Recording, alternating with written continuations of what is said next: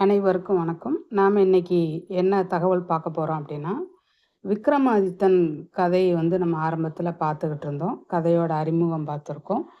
அதுக்கு அடுத்து அந்த 32 பதுமைகள் சொன்ன கதைகள வரிசையா பார்த்துக்கிட்டு வரோம். அந்த வகையில 3 பதுமைகள் சொன்ன கதைகள் ஏற்கனவே பார்த்து முடிச்சிருக்கோம். இன்னைக்கு நம்ம பார்க்கக்கூடியது 4வது பதுமை சொன்ன கதையத்தான் பார்க்க போறோம். 3வது பதுமை போஜராஜன் கிட்ட சொல்லுச்சு, "நீ இந்த சிம்மாசனத்துல ஏறக்கூடாது" அப்படின்னு தடுத்து நிப்பாட்டுச்சு. அவன் திரும்ப போயிட்டான். போயிட்டு கொஞ்ச நாள் கழிச்சு திரும்பவும் அந்த சிம்மாசனத்துல ஏறி உட்காரணும்னு ஆசைப்பட்டு வர்றான். அப்ப அந்த 4வது பதுமை ஒரு கதை சொல்லுது அவகிட்ட.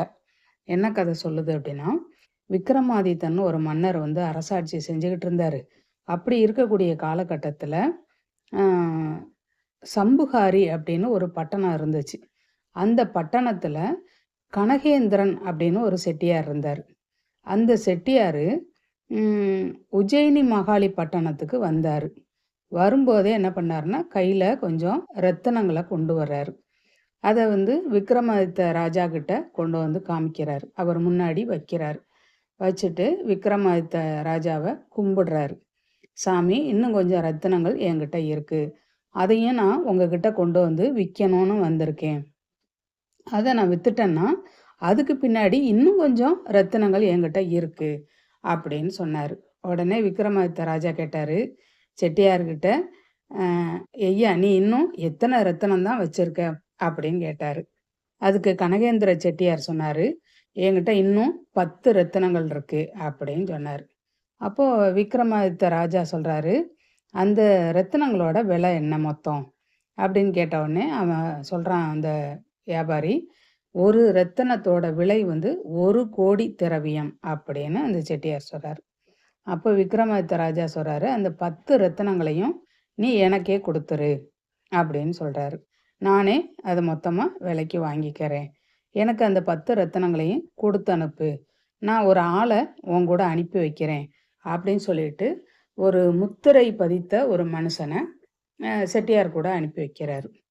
செட்டியார் அவர கூட்டு போறாரு. அந்த முத்திரை பதித்த மனுஷன கூட்டு போறாரு. 2 நாள் கழிச்சு அந்த ரத்தினங்கள அவர்கிட்ட குடுத்து அனுப்புறாரு. "கொண்டு போய் நீ உங்க ராஜா கிட்ட குடுத்துரு" அப்படின்னு. அந்த மனுஷனும் என்ன பண்றான், கையில அந்த ரத்தினங்கள வாங்கி பார்க்குறான். பார்த்துட்டு, "இந்த 10 ரத்தினங்களையும் நம்ம பத்திரமா கொண்டு போய் குடுத்தரணும்" அப்படின்னு சொல்லி கொண்டு வரான். வர்ற வழியில ஒரு ஆறு ஓடிக்கிட்டு இருக்கு. அந்த ஆத்துல தண்ணி அதிகமா போகுது. அலையும் அதிகமா இருக்கு. வெள்ளம் பெருக்கெடுத்து ஓடிக்கிட்டு இருக்கு. அப்போ இத பார்த்த உடனே அவனுக்கு, இந்த அலைய தாண்டி, இந்த வெள்ளத்த தாண்டி நம்ம எப்படி இந்த ஆத்த கடந்து போறது? தண்ணியோட வரத்து வேற ரொம்ப அதிகமா இருக்கு. அதனால நாம என்ன செய்யலாம்? ராஜாவும் நம்மள குறிப்பிட்ட நாளுக்குள்ள வந்து சேரணும்னு கெடு சொல்லியிருக்காரு. அப்ப நம்ம 2 நாள் ஏற்கனவே செட்டியார் வீட்லயே கழிஞ்சிருச்சு. இன்னும் 8 நாள் தான் இருக்கு. இந்த 8 நாளைக்குள்ளேயே நாம மன்னர பார்க்க போகணுமே! அந்த காலக்கெடு முடியறதுக்குள்ளேயே போகாம இருந்தோம்னா, நமக்கு ஏதாவது பிரச்சனை வரும். அப்படின்னு சொல்லி, அந்த ஆத்தங்கரையில இருக்கக்கூடிய ஓடம் செலுத்தக்கூடிய அந்த ஓடக்காரன பார்க்குறேன். பார்த்துட்டு அவங்கிட்ட போய் சொல்றான், "நான் என்னைய அந்த கரைய தாண்டி கொண்டு போய் விட்டுரு. நான் விக்ரமாதித்த ராஜாவோட முத்திரை மனிதன். என்கிட்ட ராஜாவுக்கு கொண்டு போய் குடுக்கக்கூடிய ரத்தினங்கள் இருக்கு. நான் அத எடுத்துட்டு போய் மன்னர்கிட்ட குடுக்கணும். என்னைய கொண்டு போய் பத்திரமா கரைய தாண்டி விட்டுரு" அப்படின்னு சொன்ன உடனே ஓடக்காரன் சொல்றான், "அ ஆத்துல தண்ணி அதிகமா இருக்கு. இப்ப போ முடியாது. இன்னும் ஒரு 4 நாள் கழிச்சு நம்ம போகலாம்" அப்படின்னு சொல்றான். அத கேட்ட உடனே முத்திரை மனுஷனுக்கு என்ன சொல்றதுன்னே புரியல. அ அப்போ அவன் என்ன பண்றான்னா, இந்த 10 ரத்தினங்களையும் நம்ம கொண்டு போறோமே, ஆனா ராஜா 10 நாளைக்குள்ள வரணும்னு சொல்லியிருக்காரு. ஏற்கனவே 2 நாள் முடிஞ்சிருச்சு. இன்னும் 8 நாள் இருக்கு. ஓடக்காரன் வேற 4 நாள் கழிச்சு போலான்னு சொல்றான். இந்த காலக்கெடு முடிஞ்சு போனோம்னா, ஏதாவது கெடுதல் நடந்துரும். அதனால நாம போய் செட்டியார்கிட்ட சொல்லி செட்டியாரையும் கூட்டு வருவோம்ன்னு சொல்லிட்டு, செட்டியார்கிட்ட போய் சொல்றான். "ஐயா, நீங்க ஓடக்காரங்கிட்ட சொல்லுங்க. என்னை எப்படியாவது கொண்டு போய் அந்த கரையில விட சொல்லுங்க" அப்படின்னு சொல்லி கூப்பிட்றான். அப்போ செட்டியாரும் வாராரு. ஓடக்காரன்கிட்ட சொல்றாரு. அப்போ ஓடக்காரன் சொல்றான், பொதுவா ஒரு கிராமத்துல ஒரு பழமொழி சொல்லுவாங்க. என்னன்னா, இந்த வியாபாரிகளோட நட்ப நம்பியும், முறை தவறி நடக்கக்கூடிய பெண்களோட உறவ நம்பியும், ஆற்றில் போகக்கூடிய அந்த பெருக்கு, வெள்ளப்பெருக்கை நம்பி போகக்கூடாதுன்னு சொல்லுவாங்க. அது உண்மதான் போல அப்படின்னு சொல்றான்.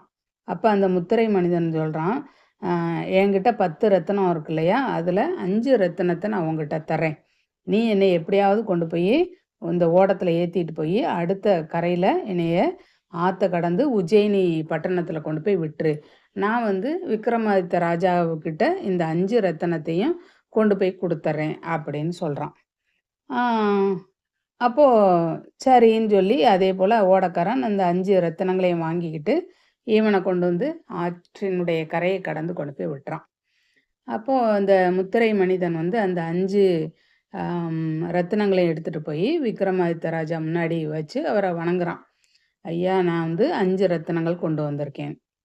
அப்ப அவரு கேட்குறாரு, 10 ரத்தினங்கள் குடுத்து விடுறதாக செட்டியார் சொன்னாரே, நீ 5 தான் கொண்டு வந்திருக்க. மீதி உள்ள 5 எங்க? அப்படின்னு கேட்கும்போது, அவன் சொல்றான், நான் வந்து வரும்போது ஆத்துல ஒரு பெரிய பிரளயமே வந்துருச்சு.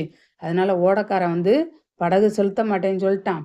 நான் வந்து 5 ரத்தினங்கள அவனுக்கு குடுத்து தான், நான் ஓடத்துல ஏறி அந்த கரைய தாண்டி நான் இங்க வந்திருக்கேன். நான் வந்து நீங்க குடுத்த காலக்கெடு முடியறதுக்குள்ள வரணுங்கிறதுக்காக தான் இந்த மாரி செஞ்சேன். அப்படின்னு சொல்லி சொல்றான். அப்போ விக்ரமாதித்த ராஜாவுக்கு அவன் பேசுறத கேட்டவுடனே ரொம்ப சந்தோஷமாயிருச்சு. அந்த சந்தோஷத்துல, நீ வந்து நான் குடுத்த காலக்கெடு முடியறதுக்குள்ள வந்திருக்க. இது ஒரு பெரிய நல்ல காரியம்." அப்படின்னு சொல்லி, அந்த முத்திரை மனிதன பக்கத்துல அழைச்சு, அந்த 5 ரத்தினங்களையும் அவனுக்கே குடுக்குறாரு. "நீ போயிட்டு வா" அப்படின்னு சொல்றாரு. இந்த செட்டியாருக்கு அந்த 10 ரத்தினங்களுக்கான 10,00,00,000 திரவியத்தையும் குடுத்து அனுப்புறாரு. இப்ப அந்த பதுமை என்ன சொல்லுதுன்னா, இந்த மன்னனைப் போல, விக்ரமாதித்த மன்னனைப் போல எல்லாருக்கும் வாரி வழங்கக்கூடிய மனம், அந்த உள்ளம் உன்கிட்ட இருந்தது அப்படின்னா, அ துணிஞ்சு எல்லாருக்கும் கொடுக்கக்கூடிய அந்த வல்லமை உடையவனா நீ இருந்தீன்னா, இந்த சிம்மாசனத்துல நீ ஏறி உட்காரலாம்.